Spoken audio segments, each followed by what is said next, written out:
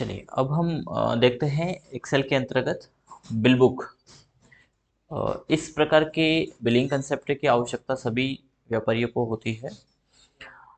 एक तो होता है हमारा अकाउंटिंग, जिसको हम बोल रहे हैं टैली सॉफ्टवेयर। तो टैली हो गया, और भी इस प्रकार के बहुत सारे एप्लीकेशन हैं जो ऑनलाइन और ऑफलाइन सर्विस देते हैं। तो जहाँ बड़ा बिजनेस है, जहाँ आइटम्स बहुत ज़्यादा मात्रा में है, जहाँ पर जीएसटी कैलकुलेशन भी प्रॉपर चाहिए, और डेटाबेस की जो सबसे बड़ी समस्या होती है, वहाँ पर कहीं ना कहीं फिर टैली सही रहेगा। जहाँ पर जीएसटी रिटर्न हर मंथली या त्रैमासिक फिल किया जाता है, वहाँ पर जीएसटी अकाउंटिंग सॉफ्टवेयर और भी बहुत सारे ईआरपी एप्लीकेशन आते हैं जो वो को भी उस डेटाबेस पे काम करते हैं। लेकिन ऐसे यूज़र जिनको टैली नहीं आता है, अकाउंटिंग नहीं आता है, और वो मीडियम बिजनेस चलाते हैं, बहुत बड़ा बिजनेस उनका नहीं है, यानी हम कहते हैं कि तकरीबन तकरीबन 1000 प्रोडक्ट उनके पास हैं, तो उनके लिए बखूबी एक्सेल, इससे भी ज़्यादा भी होंगे तो भी हो जाएगा। लेकिन समस्या यहाँ पर इतना सा है कि उसको एक्सेल का ज्ञान होना चाहिए।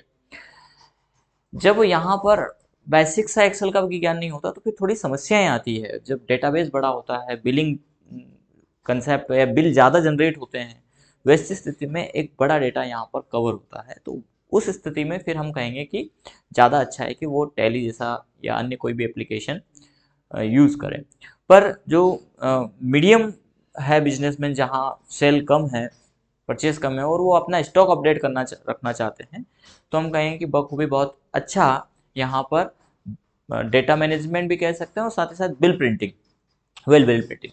तो एक शॉप के अंतर्गत क्या क्या होता है वो मैकेनिज्म इसमें है, और ये डिज़ाइन किया गया है माँ बगलामुखी इलेक्ट्रॉनिक्स के लिए। इनकी रिक्वायरमेंट के आधार पर इसको हमने डिजाइन किया। तो इसमें क्या क्या रखा है, तो इसमें सेल्स रखा है, परचेज रखा है, स्टॉक, और साथ ही साथ प्रॉफिट एंड लॉस। तो ये हमने फर्स्ट, जिसको हम कहते हैं होम सीट है, यहाँ पर प्री डिजाइन पे थोड़ा सा हम काम कर रहे हैं, क्योंकि उसमें हमारा समय कम लगेगा। यानी हम अभी पूरा डिजाइन करके और फिर उसको लेंगे तो थोड़ा सा समय ज़्यादा लेगा। बाकी हम कंसेप्ट, जो फार्मूला है और बाकी मैकेनिज्म है, उनको हम सभी को देखेंगे। पर फिलहाल जैसे बेसिक सी डिजाइनिंग है ये, तो इनको हमने सेलेक्ट करके उसका कलर सेट कर दिया है, इसका भी बैकग्राउंड कलर सेट कर दिया, डेटा डाल दिया, तो ये टाइपिंग का समय थोड़ा सा बच गया है। ठीक है, तो आपको भी क्या करना है कि इसी प्रकार की डिजाइनिंग तैयार कर लेना है, जो भी शॉप के लिए आप करना चाहते हैं उनके लिए।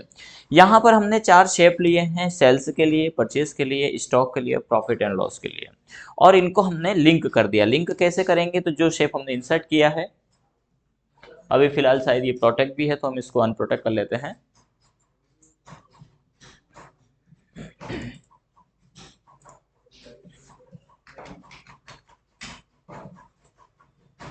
तो जो भी शेप आप लेंगे, इंसर्ट में शेप में हम जाएंगे, अभी तक जो हमने पिछले प्रोजेक्ट में लिए थे उसी प्रकार यहाँ पर जैसे ये शेप लिया है, इसी पर हम राइट क्लिक करेंगे और हाइपरलिंक पे चले जाएंगे।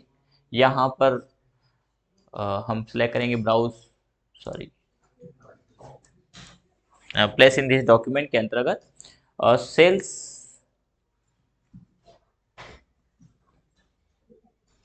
बिल करके है, ये सेल्स यानी बिल ही है, तो बिल को हम सेलेक्ट करेंगे। तो इसे जैसे ही हम क्लिक करेंगे तो ये सेल्स पर हम पहुंच जाएंगे, ये हमारा बिल या सेल। ठीक है, तो अभी जो हमने सेल को क्लिक किया है, इस सेल वाले, तब भी हम बिल पे आएंगे।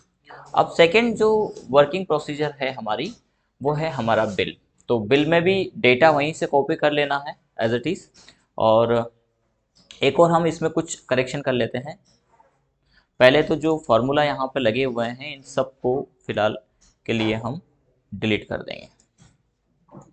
ठीक है, बाकी की ये डिजाइनिंग आपको कर लेना है ना।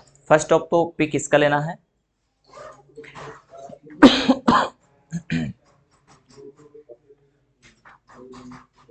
ठीक है, हो गया इसका पिक। इसके बाद सेकंड पिक हमारा बिल का है, तो डेटा वही कॉपी पेस्ट करना है। यहाँ पर क्या क्या डालना है हमें,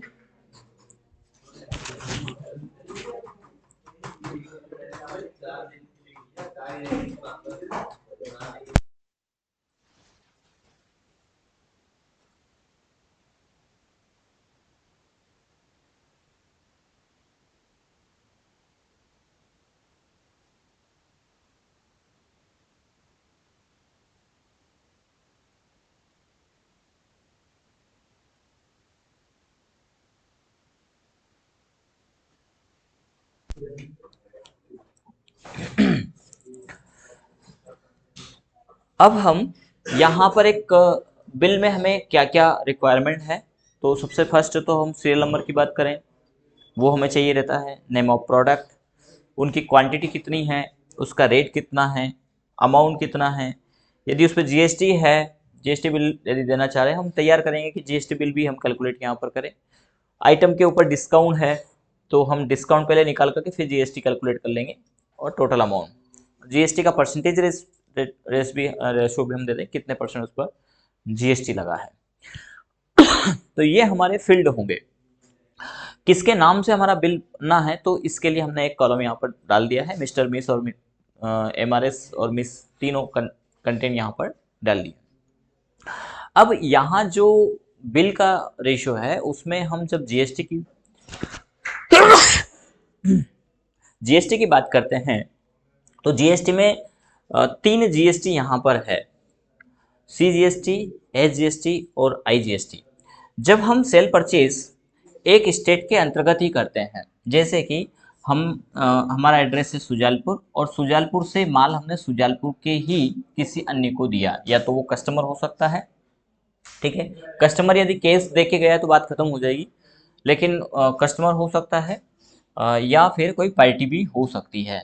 लेकिन बात कहाँ की जा रही है, सुजालपुर टू सुजालपुर से हम यदि यहाँ पर आष्टा की बात करेंगे, सुजालपुर से भोपाल की बात करेंगे, सुजालपुर से इंदौर की बात करेंगे, तो ये चूंकि सुजालपुर भी एमपी में है और ये बाकी के सभी तमाम सिटी भी एमपी में ही हैं, लेकिन सुजालपुर से हमने नागपुर सेल किया है तो ये हो गया अदर स्टेट, ठीक है। यानी कि एक स्टेट के अंतर्गत ही जब हम सेल या परचेस करते हैं तो वहां पर लागू होगा सीजीएसटी, सीजीएसटी और एसजीएसटी, ठीक है। माना कि हमारा जो आइटम है उसके ऊपर 18% जीएसटी है, तो इसमें ये कहना है कि 9% तो सेंट्रल को चला जाएगा, सी यानी सेंट्रल जीएसटी, और 9% हमारा स्टेट को चला जाएगा। यानी यहाँ पर टैक्स का बंटवारा अभी हो गया है। पहले क्या हो रहा था कि जो पूरा टैक्स है वो एक पर्टिकुलर मद में जाता था और वहां से फिर वो बंटवारा होता था, लेकिन आज की स्थिति में क्या है कि जब यहाँ से सेल परचेस हुआ है तो यहीं पर बंटवारा हो गया कि उसका 9% तो स्टेट गवर्नमेंट को चला जाएगा और 9% सेंट्रल गवर्नमेंट को चला जाएगा। अब यहाँ मामला तो कब है, जबकि यहाँ स्टेट के अंतर्गत हुआ है, लेकिन यदि अदर स्टेट में यहाँ हुआ है तो वहाँ उस स्थिति में आएगा आईजीएसटी। आईजीएसटी की स्थिति जब हमने यानी एसजेपी से नागपुर को माल बेचा है तो नागपुर यहाँ महाराष्ट्र के अंतर्गत आएगा। तो दोनों के बीच में, स्टेट के बीच में विवाद की स्थिति बन सकती है यहाँ पर कि हम 9% महाराष्ट्र वाले लें क्योंकि कस्टमर महाराष्ट्र का है, तो 9% जो टैक्स है उसकी हिस्सेदारी कह देगा महाराष्ट्र वाले, लेकिन भैया हमारे यहाँ के कस्टमर ने पैसा दिया मतलब ये पैसा हमारा है तो हमें 9% मिलना चाहिए। तो स्टेट एमपी स्टेट वाले बोलेंगे कि हमारे यहाँ ने सेल किया है तो रेशो तो हमारा आना चाहिए। तो ऐसी स्थिति में यहाँ पर एक तीसरे प्रकार का टैक्स का रेशो रखा गया है, वो है IGST, integrated goods and service tax. तो अब हमें बाकी मामले में नहीं उलझना, हमें यानी कुल मिलाकर के तीन पे बात करनी है। यूनियन टेरिटरी के भी लागू है नियम, लेकिन नॉर्मली यूनियन टेरिटरी में हम जाते नहीं हैं, यदि कहीं लागू होता है तो फिर यूनियन टेरिटरी का भी हम टैक्स का स्लेब यहाँ पर डाल देंगे। पर अभी हम यूँ नॉर्मली बात करें तो हम कहेंगे कि तीन प्रकार के टैक्स का हम रेशो लेकर के चलेंगे कि जब माल स्टेट में ही बेचा गया है, यदि जिस पार्टी का एड्रेस, हमारा एड्रेस और उनका एड्रेस सेम है मध्य प्रदेश, उस स्थिति में यहाँ पर टैक्स लागू हो सीजीएसटी एंड एसजीएसटी, और जब अदर स्टेट हो तो लागू यहाँ पर आईजीएसटी, ठीक है ना। चलिए, तो हम यहाँ पर कस्टमर का नाम हो गया और उसका एड्रेस, और उसके एड्रेस में जो भी उनका एड्रेस होगा वो तो हम एक जगह डाल देंगे, उनका स्टेट हम सिलेक्शन यहाँ पर कर दें कि उनका स्टेट कौन सा है। तो स्टेट की ये लिस्ट हम यहाँ पर बना दें, नाम के आगे ठीक रहेगा कि हम स्टेट सिलेक्शन उनका कर लें, एमपी है, यूपी है या अदर है, ठीक है। तो एक यहाँ पर हम लिस्ट तैयार कर लेते हैं।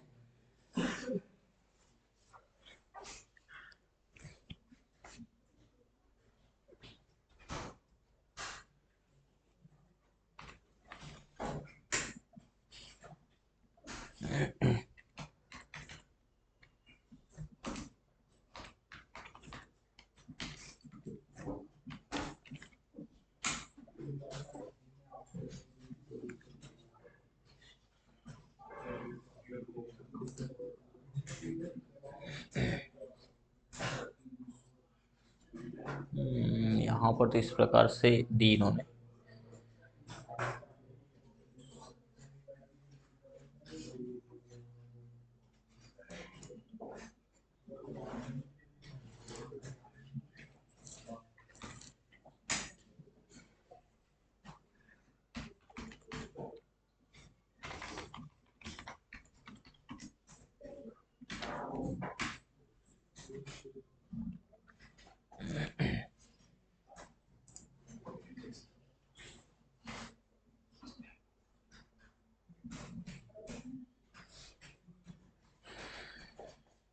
ठीक है,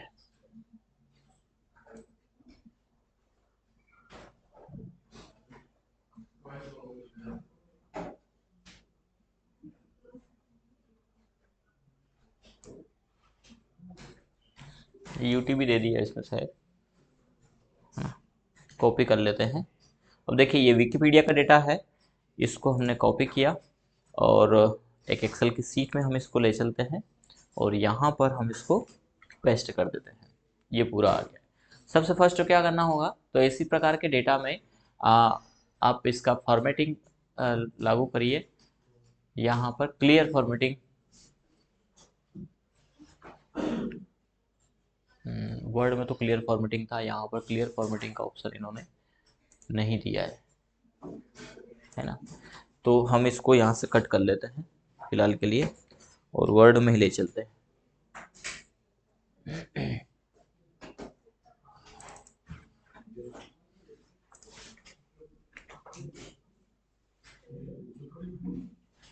पूरे डेटा को सिलेक्ट करेंगे और क्लियर फॉर्मेटिंग को क्लिक करेंगे, तो इसकी फॉर्मेटिंग पूरी क्लियर हो गया है। लेकिन यहाँ तो डेटा बहुत बेकार स्थिति में है। चलिए यहीं से काम करना पड़ेगा। फिलहाल हमें बाकी डेटा से मतलब भी नहीं है ना, तो हम इन कॉलम्स को यहाँ से डिलीट कर देते हैं। राइट क्लिक करेंगे और डिलीट, बाकी हमारा ये डेटा आ गया है। इसमें अवश्य हाइपरलिंक और बाकी चीज़ें हैं।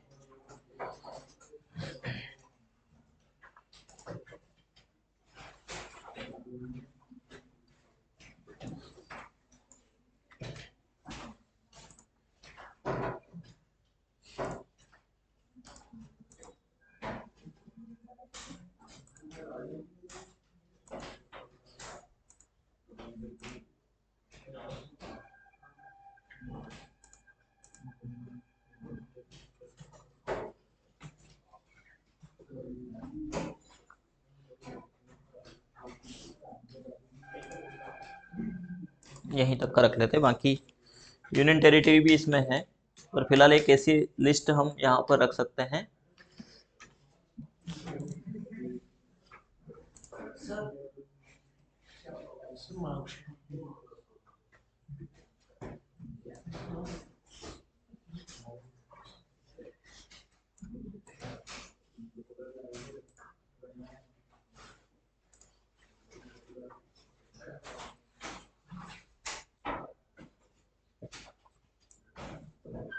अब चाहें तो ये सीट रखें, नहीं तो यहाँ से हटा करके प्रॉफिट लॉस में भी हम इस लिस्ट को रख सकते हैं। फिलहाल हमारे इसमें ये है, कोई दिक्कत नहीं है। तो यहीं से हम लिस्ट, स्टेट की लिस्ट यहाँ पर जनरेट कर लेंगे। तो यहाँ हम डेटा में चले चलते हैं, डेटा वैलिडेशन पे जाएंगे, लिस्ट को हम सेलेक्ट कर लेते हैं, रेंज में ये पूरा रेंज सेलेक्ट कर लेंगे। ठीक है, क्लिक करेंगे, देन ओके करेंगे। तो यहाँ हम सेलेक्ट किया हमने मध्य प्रदेश। ठीक है, और इसका फ़ॉन्ट साइज भी हम थोड़ा छोटा कर देते हैं। यानी नॉर्मली तो हम जब भी सेल करेंगे तो एमपी को ही सिलेक्ट करके करेंगे, यानी बाय डिफ़ॉल्ट एमपी रहे, कोई दिक्कत नहीं है। जब भी अदर स्टेट का कोई आएगा तो उनको हम फिर यहाँ पर स्टेट उनका सेलेक्ट करेंगे। ठीक है, चलिए इसके बाद डेट यहाँ पर आया है, तो डेट के लिए हमने फॉर्मूला यहाँ पे यूज़ किया है टुडे।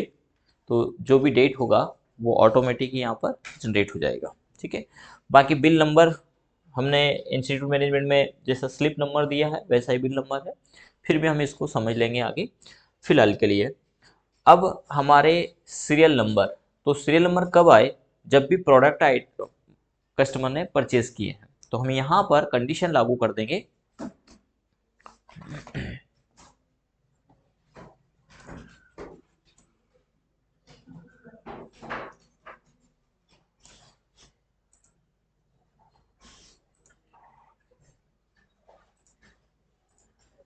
यहां पर हम कंडीशन लगा देते हैं इक्वल इफ, यदि क्या हो, इस सेल में वैल्यू ब्लैंक हो तो ब्लैंक आए, नहीं तो क्या है, तो इस रो का नंबर आ जाए। ठीक है ना, तो इस रो का जो भी नंबर होगा, रो का कमांड हम लगाएंगे, कोष्टक खुला कोष्टक बंद और कोष्टक बंद, एंटर।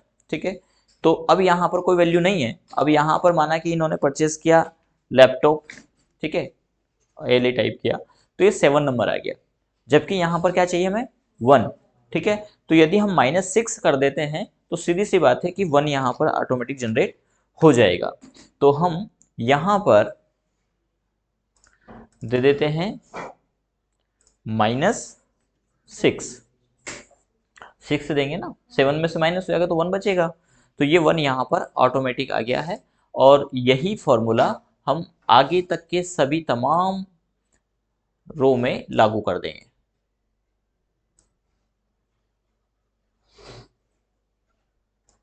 ठीक है, तो यहाँ तक फॉर्मूला आ गया है, यानी अब हम कोई भी आइटम प्रोडक्ट यहाँ पर लेंगे तो नंबर 2 ऑटोमेटिक जनरेट हो जाएगा। ठीक है, अब जो आइटम हम बेच रहे हैं वो कौन कौन से हैं। ठीक है, तो यहाँ पर हमारे आइटम परमिट नहीं करेंगे हम कि हमारा, क्योंकि यहाँ एक जो समस्या है सबसे बड़ी वो कि स्टॉक भी अपडेट होना चाहिए। जो आइटम आपने बेच दिया है वो माइनस हो जाना चाहिए, आपके पास अवेलेबल है उसमें से। इनको स्टॉक अपडेट चाहिए था, बिल फॉर्मेट तो कोई भी बना के दे देगा, लेकिन जब हम कंप्यूटराइज प्रणाली यूज कर रहे हैं तो हमें कंप्यूटर ही बता दे कि ये आइटम नेगेटिव स्टॉक में जा रहा है। ठीक है, तो जैसे नेगेटिव हो तो हम तुरंत ऑर्डर दे दें। ठीक है, तो इसके लिए हमें वही आइटम बेचना है, हमें नाम टाइप नहीं करना है, क्योंकि यदि नाम टाइप हम यदि करते हैं तो मिसमैच हो सकता है। जैसे हमने लैपटॉप सेल किया असूस का, ठीक है, तो हमने लैपटॉप असूस लिख करके सेल कर दिया, जबकि हमारे पास लैपटॉप असूस i3 11 जनरेशन था और उसका पर्टिकुलर कोई नंबर भी था जिससे आइडेंटिफाई, क्योंकि एक ही सीरीज के 11 जनरेशन के कई लैपटॉप है असूस के, लेकिन वो किस सीरीज का था। जैसे मोबाइल के, तो मोबाइल के भी एक ही कंपनी के वीवो के कई सीरीज है ना, MI के कई सीरीज है, जो भी हमारे मोबाइल्स आते हैं। तो जो हमने बेचा है उसकी पर्टिकुलर क्वांटिटी होगी कि भैया ये हमारे पास 5 पीस है, ये 10 पीस है, ये 4 पीस है, तो जो पीस है वही हमारा सेल होना चाहिए। ठीक है, तो हम यहाँ पर टाइपिंग ना दे करके हम देंगे इस लिस्ट में से सिलेक्शन का ऑप्शन, कि यहाँ हमारे पास अवेलेबल है और जितने भी हमारे आइटम अवेलेबल है उन्हीं में से हम सेल कर सकते हैं।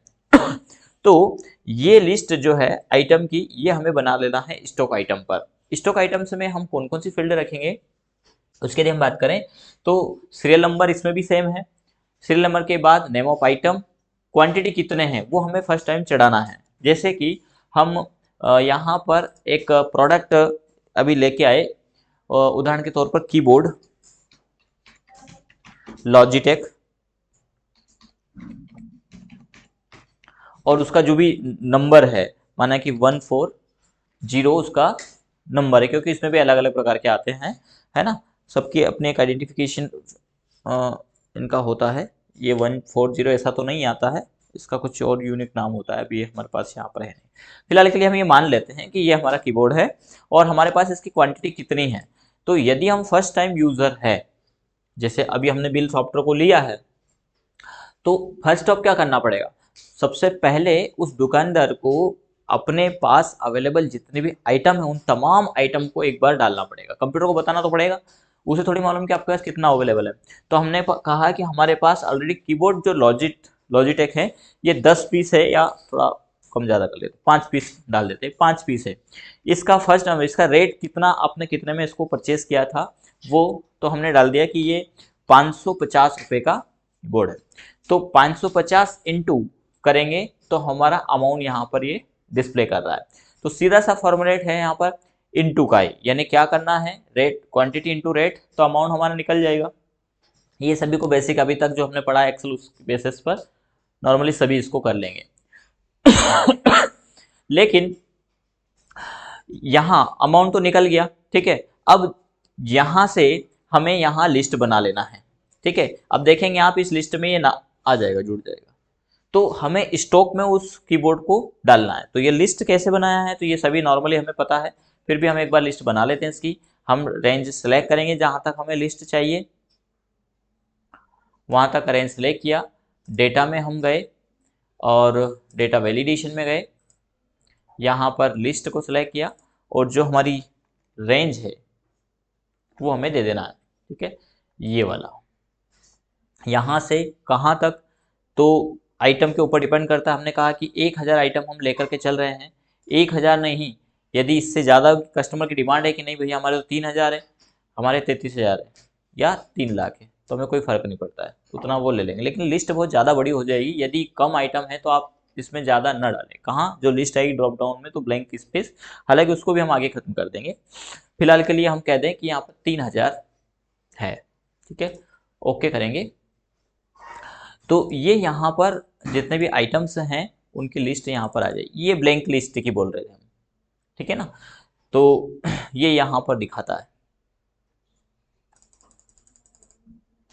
तो हमने ये कीबोर्ड की बात कही थी, तो ये कीबोर्ड यहाँ पर सेलेक्ट किया। अब जो सेल करना है, जो हमारे पास अवेलेबल है वो क्वांटिटी अलग है, लेकिन बेचने की स्थिति में तो सामने वाले ने क्या मांग किया वो उसके ऊपर डिपेंड करता है। सामने वाले ने कहा कि हमें 1 पीस चाहिए, तो इसका सेल का रेट क्या है, तो हमने सेल का रेट यहाँ डिक्लेयर कर रखा है हमारे स्टॉक आइटम में, ठीक है।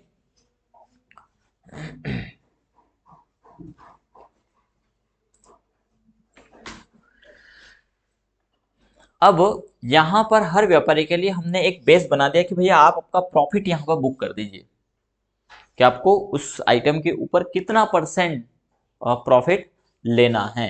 तो ये हर व्यापारी अपना प्रॉफिट यहाँ पर डाल के चलेंगे, जितना भी % वो डालना चाहें उतना ये यहाँ पर डाल सकते हैं। बोले कि हमें इस कीबोर्ड के ऊपर 2% या 5% का प्रॉफिट लेना है, ठीक है। जब ये 5% प्रॉफिट की बात कर रहे हैं तो 550 का ये कीबोर्ड था, जो अब 577 रुपए का पड़ेगा, ठीक है। अब चाहें तो ये रेट आ गया, इसके बाद डिस्काउंट देना चाहें तो दे सकते हैं। बाकी डिस्काउंट परसेंटेज वाइज या वो स्लैब रेट मालूम होना चाहिए कि हम कितने % का इसके ऊपर प्रॉफिट लेते हैं, ठीक है। तो नॉर्मली एक व्यापारी का सभी के ऊपर एक रेशियो रहता है, एक जैसा ही प्रॉफिट लेकर के चलते हैं, लेकिन किसी आइटम पर कम ज़्यादा लेते हैं तो फिर उनको वो बात पता होना चाहिए। नहीं पता है तो फिर वो यहाँ पर जा करके देखेंगे कि असल में रेट क्या है। और आपने कई मामलों में इन बातों को नोट किया होगा कि कई बार हम जब भी कोई प्रोडक्ट लेते हैं किसी व्यापारी से, किसी दुकानदार से, तो जब हम बार्गेनिंग कर रहे होते हैं तो उस स्थिति में वो कई बार अपने डायरी को उठा के देखता है कि ऐसा नहीं हो जाए कि भाव ताव के चक्कर में हमने इसको हमारी जो परचेस रेट है उससे भी कम में दे दिया, ठीक है। तो वो एक बार रेट करते फिर कहते नहीं नहीं भैया लेना हो तो लो, नहीं तो आगे बढ़ो, आप कहीं और देख लेना। कुछ स्थिति में तो वो रेट लिस्ट तक दिखा देते हैं, देखिए भैया ये हमें पड़ा है और आपको हम इतना प्रॉफिट लेकर के दे रहे हैं, ठीक है। तो यहाँ पर भी वही स्थिति है कि हम एक बार सेल, यदि हमें ओवरऑल नहीं पता है तो हम एक बार अपने प्रॉफिट बुक को जा करके देख ले कि हमने क्या बुक किया था, क्योंकि जब परचेस किया था तब का रेट हमारे पास बिल में था, उसके बाद हमें उसके ऊपर लेना है प्रॉफिट बुक करना है। तो यदि 10% का हमने प्रॉफिट निकाला तो ये यहाँ पर ऑटोमेटिक ही प्रॉफिट निकाल रहा है। तो अब प्रॉफिट कैसे निकालेगा, तो प्रॉफिट के लिए हम क्या करेंगे, क्या करना है, इक्वल किसका निकालना है, इस रेट का प्रॉफिट की बात कर रहे हैं हम, ठीक है ना। तो रेट इनटू इसका कितना, तो बोले इसका जो भी है सेल एड्रेस हम दे देंगे, और इसमें ऑलरेडी परसेंटेज का सिंबल लगा है तो इसमें परसेंटेज लगाने की आवश्यकता नहीं है। देन एंटर करेंगे तो इन 3500 का 10% 350 इसने दे दिया, लेकिन इसमें हमने क्या डाल रखा है, सेल रेट, न कि प्रॉफिट। प्रॉफिट तो यहां डाल रखा है, ये क्या होगा, सेल का रेट होगा कि हमें इतने में बेचना है। तो हम ये कहेंगे कि ये जो प्रॉफिट आया है प्लस क्या कर दे, प्लस ये रेट कर दे, ठीक है। तो हम यहां पर इस जो भी रेशियो हमने निकाला इसको हम डाल देते हैं कोष्टक में, जो भी वैल्यू आए उसमें प्लस कर दे ये वाली वैल्यू, खुद का ही उस वैल्यू का निकाले और जो भी आए उसमें उसी वैल्यू का प्लस कर दे।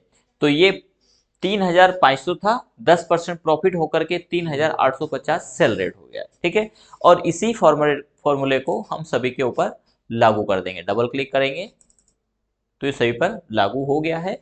जो कीबोर्ड 550 का था वो 10% प्रॉफिट के साथ अब उसका सेल रेट हो गया है 605 रुपए। अब हमें सेलिंग के समय चाहिए उसका रेट, जो हमें नहीं डालना पड़े। यदि हम वहां देख के डालेंगे तो ऐसे तो बहुत टाइम लग जाएगा।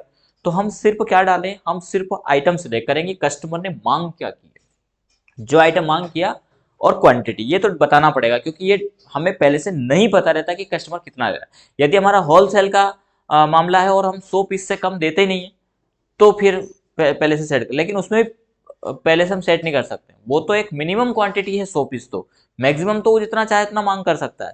तो आइटम का नाम और क्वांटिटी ये कभी फिक्स नहीं हो सकती। तो ये दो चीज हमें डालना पड़ेगा। रेट हमारा सेल रेट है, तो वो सेल रेट हम यहां पर उठा लेते हैं। कैसे उठाएंगे, इक्वल फॉर्मूला यूज करेंगे हम वी लुकअप का। लुकअप वैल्यू क्या है, तो हमारा है सेल एड्रेस C7 कोमा, कहां से उठाना है, तो स्टॉक आइटम में हमारा रेट पड़ा हुआ है। तो हम स्टॉक आइटम वाले लिस्ट में चले जाएंगे और यहीं से हम रेंज सेलेक्ट करेंगे। इधर आप जितना चाहें उतना ले लें, आगे भी कई फॉर्मूले की आवश्यकता लगी किसी डेटा की तो हम कॉपी कर सकते हैं इधर, ठीक है ना। बाकी कहाँ तक का ले, तो अभी ये 10 आ रहा है, इसको हम 0 0 करके ये 1 लाख आइटम का रेट आ जाएगा, 10,000 का जाएगा, ये 1 लाख का जाएगा और एक और जीरो में पूरा 10 का आ जाएगा, ठीक है ना। अब इसमें किस कॉलम में हमारा सेल रेट है, तो 1 2 3 4 5 6 में, तो कॉलम इंडेक्स नंबर हम डालेंगे 6 कोमा 0 कोष्टक बंद देन एंटर। तो यहां पर इस आइटम का रेट आ गया है। तो जो वी लुकअप होता है वो किसी इनरोलमेंट नंबर पर नहीं, वो किसी भी डेटा के आधार पर लुकअप चला सकता है। बस शर्त क्या है कि वो डेटा जो हमने दिया, लुकअप जिसके आधार पर दिया, वो जो टेबल है हमारा, उसका डेटा टाइपिंग मिसमैच नहीं होना चाहिए। तो यहां पर मिसमैच होगा क्या, नहीं होगा, क्योंकि हमने ऑलरेडी लिस्ट बना रखा है, आप यहाँ पे टाइप कर ही नहीं रहे हैं। तो जब हमने यहाँ पर लिस्ट बना रखा है तो लुकअप उसी आधार पर चलेगा, उसका रेट उठा करके दे देगा। हाँ, एक ही आइटम दो स्थिति में तो वो फिर नहीं हो सकता, ठीक है ना। उसका हम क्या डालेंगे, यदि ये लॉजिटेक कीबोर्ड का एक और बार यदि हमने यहां पर एक और बार टाइप किया तो हम ऐसा टाइप नहीं करेंगे, यानी मिसमैच नहीं होना चाहिए सेम, नहीं तो फिर वहां पे फॉर्मूला काम नहीं करता है। बोले लॉजिटेक का 5 कीबोर्ड और हमने लिया है तो वो बात आगे, जैसे 5 तो हमारे पास स्टॉक में थे और 5 और हमने परचेस किया है, तो वो कैसे करेंगे वो आगे हम समझेंगे। अब हमें यानी फर्स्ट टाइम इसको चढ़ाना है कब, जब हमारा इस सॉफ्टवेयर यानी इस एप्लीकेशन पर कोई भी यूजर काम कर रहा है या शॉप वाले काम कर रहे हैं, तो उनको सबसे पहले अपना स्टॉक चढ़ाना है, एक बार ही चढ़ाना रहेगा।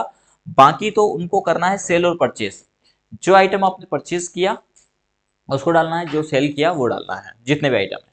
हाँ, एक और चीज इसमें होती है कि कोई नए सिरे से इस बार से कोई नया एक आइटम हम परचेस करने जा रहे हैं, ठीक है। हमने कहा कि इस बार से हम कीबोर्ड माउस और प्रिंटर के साथ में तो काम कर ही रहे हैं, लेकिन कैमरे के साथ में भी कर रहे हैं, तो वो फिर हमें यहाँ पर डालना पड़ेगा, नया आइटम भी यहाँ पर ऐड करना पड़ेगा। उसका क्या करना है वो भी हम आगे समझेंगे। तो यहाँ पर यदि हम बिल की बात करें तो रेट ऑटोमेटिक आ गया है। जब रेट यहाँ पर ऑटोमेटिक आ गया है तो अमाउंट के लिए हम फॉर्मूला यूज कर सकते हैं, इक्वल ये क्वांटिटी इनटू उसका रेट, ये डालेंगे तो अमाउंट हमारा आ जाएगा। और इसी फॉर्मूले को हम सभी जगह लागू कर देंगे।